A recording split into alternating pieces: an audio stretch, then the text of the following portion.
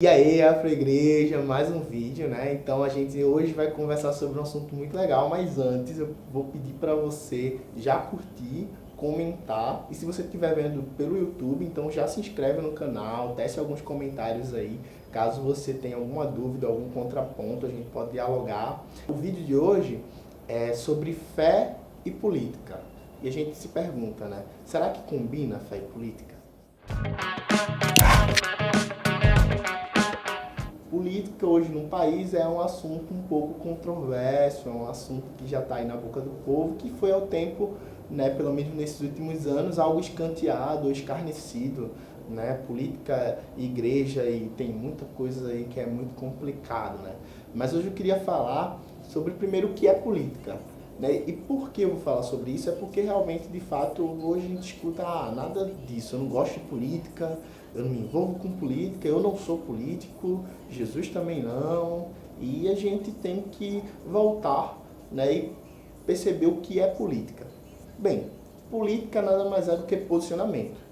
E a gente se posiciona todo dia na vida, em casa, com as pessoas, então a gente tem uma forma, uma política, uma forma de se posicionar, né? Uma forma de receber os amigos em casa, uma forma de arrumar a casa, uma forma de se relacionar com quem está dentro da casa. Então, para tudo na vida a gente usa a política, porque a política é justamente isso. E, para além disso, nós também temos na origem da palavra política, polis, né? E polis justamente tem a ver com cidade, né? Ou seja, pensar a cidade, se organizar a cidade. Antigamente os gregos eles saíam da polis, saíam da cidade, e nessa perspectiva de sair da cidade, eles se reuniam em assembleia, né, eclésia, para pensar a cidade. Então, se você é um ser político, você é um ser que pensa a cidade. E naquela época, as pessoas que não pensavam a cidade eram pessoas vistas como ídios, né? Ou seja, individualistas, pessoas que só pensam em si, não pensam a cidade. E o termo idiota vem de ídios, ou seja, pessoas que não querem pensar a polis, ou seja, pessoas que negam a política. Então, a partir dessa perspectiva, né, a gente tem que se pensar se de fato a gente pensa a cidade, ou se a gente quer construir a cidade, ou se a gente pensa só na gente, né? E a partir disso, a gente também tem que ver, a partir da nossa fé, a partir da nossa igreja, a partir da nossa confissão de fé, o que tem a ver a fé evangélica, ou seja, ser seguidor de Jesus, e a política, né? E aí a gente vai para a Bíblia, a gente vai ver o que Jesus faz e como Jesus anda e o que Jesus fala. E aí eu vou pedir para você abrir a Bíblia em Lucas capítulo 4, versículo 18. Veja o que fala lá no versículo 18 do capítulo 4. O Espírito do Senhor está sobre mim, porque Ele me ungiu para pregar as boas novas aos pobres, Ele me enviou para proclamar liberdade aos presos e recuperação da vista aos cegos, para libertar os oprimidos e proclamar o ano da graça do Senhor. Veja, esse texto também está em Isaías 61. E a gente pode dizer que isso é um manifesto de Jesus, é um manifesto de Jesus de Nazaré. Ele se manifesta, ele se posiciona no meio da sinagoga e é aquele momento público que ele diz para que ele veio. E ele fala que veio para libertar os cativos, que o Espírito do Senhor ungiu ele para isso, para libertar os cativos, para libertar os presos, para pregar as boas notícias aos pobres, para estabelecer o ano aceitável do Senhor. E a gente tem que perceber um detalhe. Perceba que o ano aceitável do Senhor, segundo Isaías, está em Levítico 25, que é o quê?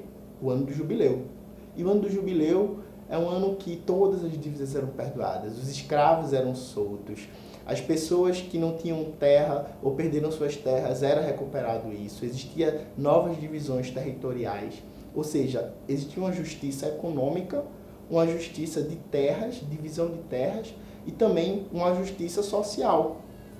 E Jesus ele veio para estabelecer esse ano, que é tido como o ano do jubileu, ou seja, a partir da vinda de Jesus, da proclamação do reino, esse ano, essa ideia de reino, essa ideia de perdoar as dívidas, de libertar os presos. Isso daí foi algo que Jesus veio estabelecer.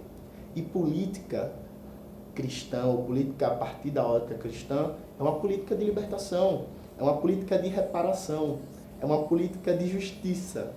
Então, se o nosso posicionamento ele nos leva à injustiça, à opressão e à morte, ela não tem nada a ver com a forma de se posicionar de Jesus. Jesus era um ser político, não porque ele participava de um partido, até porque na época não existia isso, mas porque ele se posicionava diante do sistema que estava posto. A partir disso, com compromisso com os pobres, os cativos, os presos e os oprimidos. Então, a política e a nossa fé, ela se relacionam a partir dessa questão.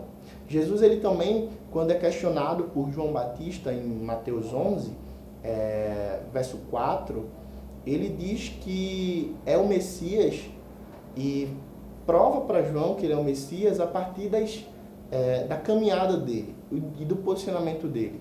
Ele diz, fale para João que está preso, preparado para morrer, que os coxos andam, que os cegos veem e que aos pobres é pregadas boas novas. Ou seja, mais uma vez, Jesus vai falar de boas notícias aos pobres. E a gente tem que se perguntar, hoje, na nossa cidade e no nosso país, quais são as boas notícias que a igreja tem para dar às pessoas pobres? Quais são as boas notícias que a igreja está no caso, comprometida a dar às pessoas pobres? A gente tem que se perguntar se a igreja ela está se posicionando, ou seja, fazendo política a partir desses. E a gente não pode ser um ídios, ser alguém que só pensa na gente. Se a gente tem uma caminhada em comunidade, uma caminhada em coletividade, e se a gente tem um compromisso com as outras pessoas, ou seja, com a cidade, com a forma como a cidade funciona, a gente tem sim que se envolver na política. Não a partir da igreja, não a partir da religião. Porque Estado e religião, não. Estado e igreja, não. Mas fé, ou seja, aquilo que nos move, aquilo que nos é utópico, sim. Fé e política, elas andam sempre juntas, independente da religião. Porque a gente tem fé naquilo que a gente ainda não viu, na justiça que ainda não aconteceu, nas coisas que ainda não aconteceram. Então, que a fé da gente, ela se posicione a partir de Jesus, a partir do pobre, a partir da viúva, a partir do estrangeiro, a partir do oprimido, a partir do preso. Então, fé e política tem tudo a ver. Fé e política é algo que só um seguidor de Jesus vai entender. É isso. Não posso acreditar que